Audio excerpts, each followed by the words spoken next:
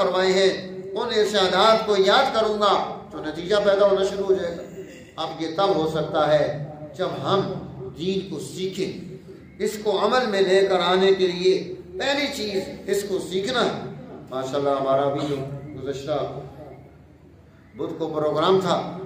کہ جس میں 6 بچوں نے قرآن حکیم ناظرہ مکمل کیا، اور اسی طرح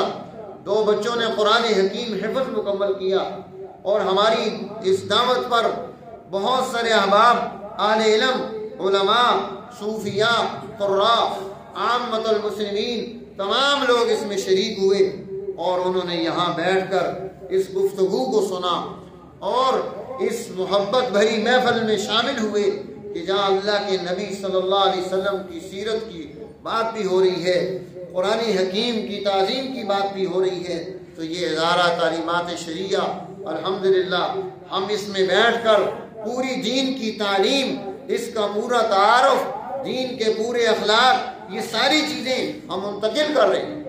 تو ضرورت ہے اس بات کی کہ ہم لوگ بھی قرآن حکیم کے اس تسلسل میں اپنے آپ کو جوڑنے کی کوشش کریں کہ جہاں دراسات دینیہ کی کلاس میں بڑے لوگ بھی شامل ہو سکتے ہیں، جس کی ترتیب 2 ٹائم میں چل رہی ہے، صبح بھی اور رات کو بھی الحمدللہ قرآن حکیم کی تعلیم کا، تدریس کا یہ سلسلہ چل رہا ہے۔ تو یہ خوشائن چیز ہے، قرآن حکیم کا پورا تعارف حاصل ہو جانا،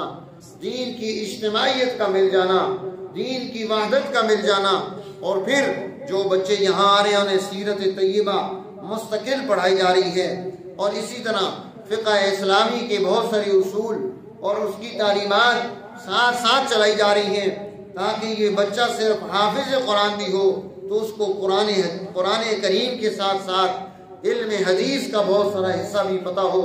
علم نبوت کا بہت سارا حصہ بھی پتہ ہو، قرآن حکیم وہ بہت سارا ترجمہ سیکھ چکا ہو، اور اسی طرح سیرت طیبہ کی بہت ساری چیزیں اس کے عمل میں آ جائیں۔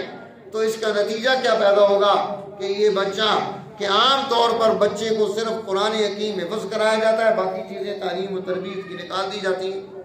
لیکن الحمدللہ ہم یہاں انہیں پورا دین کا ماحول دیتے ہیں۔ تو یہ بڑی نعمت ہے اللہ تعالیٰ کی، ایسا ماحول مل جانا جس میں فرقہ واریت نہ ہو، نفرت نہ ہو، لڑائی نہ ہو، قتل و غارت گری نہ ہو، دہشت گردی نہ ہو، بلکہ دین کا جامع تعارف، اللہ اور اس کے رسول کی خوبیاں اور وہ کمالات منتقل کر دیے جائیں، تو انشاءاللہ اس سے نتیجہ پیدا ہونا شروع ہو جائے گا۔ اب ایمان باللہ کے تقاضے بھی پورا ہوں گے، اور پھر اس کی تاثیرات بھی زندگی میں آئیں گی۔ ایمان جو اپنے اندر خوبیاں رکھتا ہے وہ خوبیاں اور کمالات پیدا ہوں گے، تو انشاءاللہ اس کی تاثیر بھی زندگی میں پیدا ہوگی۔ تو یہ بڑی نعمت ہے قرآن حکیم کی تعلیم و تدریس کہ اس کے ذریعے سے ہم اللہ تک پہنچنے کا راستہ حاصل کر سکتے ہیں۔ اللہ تعالیٰ ہمیں اس کے تمام اور توفیق